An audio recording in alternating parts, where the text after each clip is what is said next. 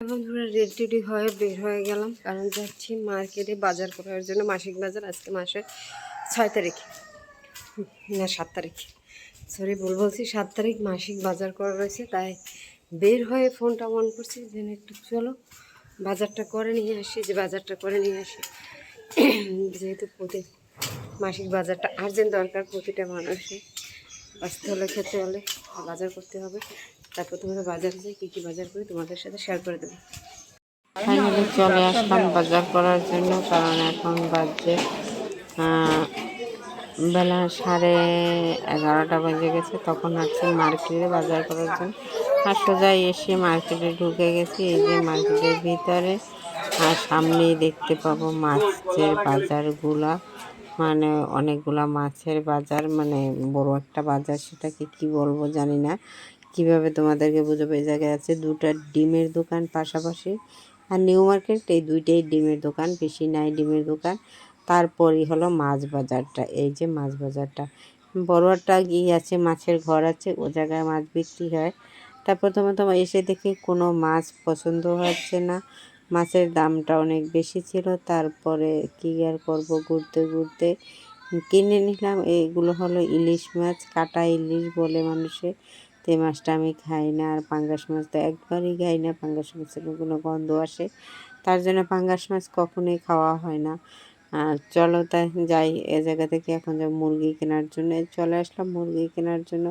প্রথমত ব্রয়লার মুরগি দেখছিলাম কত করে, প্রায় 170 টাকা কেজি ছিল, বাট দামটা একটু কমছে ব্রয়লার মুরগির। আর আমি তো যেহেতু সোনালি নেব, তাই 250 টাকা করে সোনালি, 2 কেজি সোনালি নিয়ে নিলাম।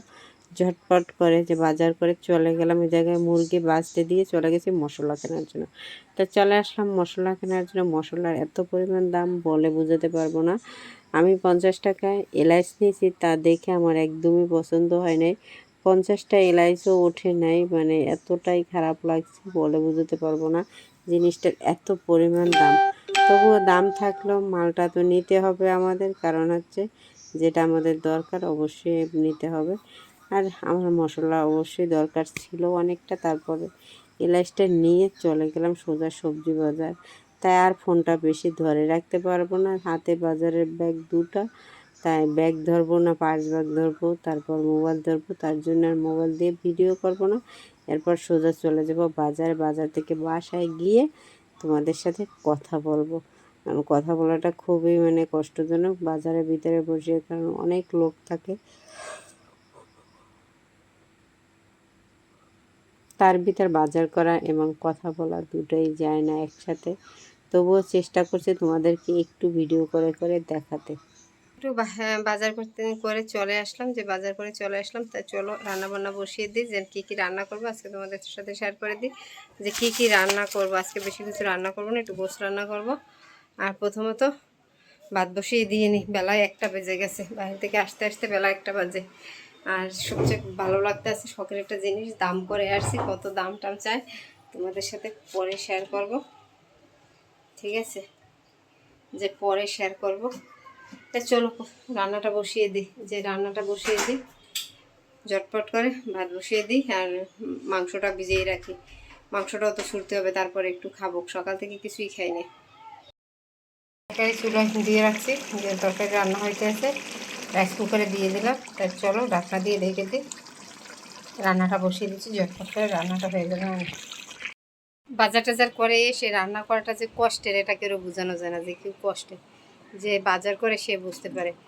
মানে পুরুষগুলা তো বাজার করে এনে দেয়, ঘরের স্ত্রী গোছ গাছ করে রান্না করে, তারা বুঝে যে রান্নার কষ্টটা কী। আর আমি নিজে বাজার করা, নিজে রান্না করা, আরও কষ্ট লেগে যায় বেশি। তাই চলো এখনও ঘরদুয়ার ঝাড়ু দিতে পারিনি, কিচ্ছু করতে পারিনি। আরই তার জন্য ব্যাগ গুছিয়ে রাখছি এখানে, যে ব্যাগটা গুছিয়ে গেছে রেখে দিছি, কালকে যাব বাড়ি, তার জন্য। এখন খাবো একটু আম মাখা, তার জন্য লবণ এবং বিট লবণ দিয়ে দিছি, মরিচের গুঁড়া, যে একটু মরিচের গুঁড়া,